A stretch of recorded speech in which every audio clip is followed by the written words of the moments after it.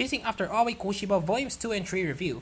Last year, Kodansha began releasing Chasing After Aoi Koshiba, a Yuri series by Hazuki Takeoka and Fly. Since then, the series has reached its conclusion in Japan, so what better time than now to take a look at a couple more volumes to find out if the manga continues to be an entertaining read. Rather than focus on protagonist Saoko or love interest Aoi, Volume 2 of Chasing After Aoi Koshiba puts the spotlight on one of the heroine's friends, Inaba. Being in the second year of high school, Inaba is working a part-time job and figuring out who she is. She's currently dating a co-worker but feels very little in the way of sparks when she's with them.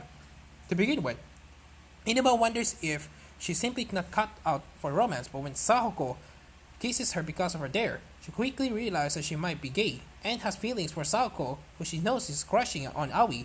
Inaba promptly breaks up with her boyfriend and begins to pursue Sahoko, but we should be too late.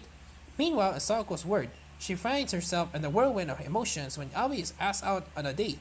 Caught between being a supportive friend and her romantic feelings, Saoko ends up stalking Aoi in her dates and praying for it to fall apart. Once that's over, we move into Volume 3, which opens with the introduction of a new character, Yumi. As it turns out, Yumi is firstly jealous of Saoko, who stands at the top of the class as a popular girl. When she meets one of Saoko's old middle school friends, she's shocked to discover that this popular girl used to be a geek just like her. Now with pictures of Saoko from her nerd days in hand, Yumi begins to anonymously bully her. Our protagonist went out of her way to move to a high school where no one knew her. This not only ruins her image, but also threatens to bring all the lies she's told crashing down around her. Saoko has always said that she dated an ace of the football team in middle school, so Inaba reasons that Saoko only needs to bring evidence for this into the school to clear her name and prove she isn't this shy girl with glasses and the photos. Of course, not such evidence exists, and Saoko finds herself driven into a corner. What will her friends think of her if the truth comes out? Worse, what will her crush do if she finds out she's been lied to all this time?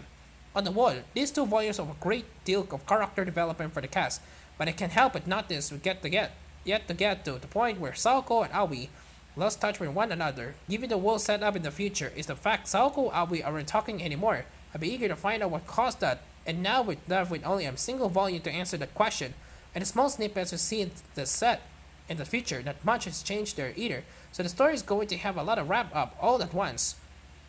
While I appreciate this time spent in Inaba, I can't help but wonder if the story of Saoko's past should have been in Volume 2 instead. Then Volume 3 should have begun at the final arc. It's hard to imagine that the ending will be satisfactory. The way things are going right now, and that's a shame. Given how strong the initial release was, it doesn't help that it feels like Aoi has been sidelined for these books, while other things have been happening around Saoko. So despite development for everyone else, Aoi hasn't been given much since Volume 1, and is beyond the date chapters. Perhaps what frustrates me most is that both of these installments are great, but if they're at the expense of a good conclusion, that will invariably leave a sour taste for many. As previously mentioned, Chasing After Aoi Koshiba Volumes 2 and 3 comes to the West. Thanks to Kodansha, wherever the translation fund, Volumes 2 changes hands for Alexa Frank to Rose Paget, and then the changes for Volume 3 to Althea Nibley and Altina Nibley. Thankfully, character voice stay constant, and there are any issues despite having gone through so many hands. Kodansha already has Volume 4 scheduled for release in December, so we had quite a while to wait before we reached the conclusion.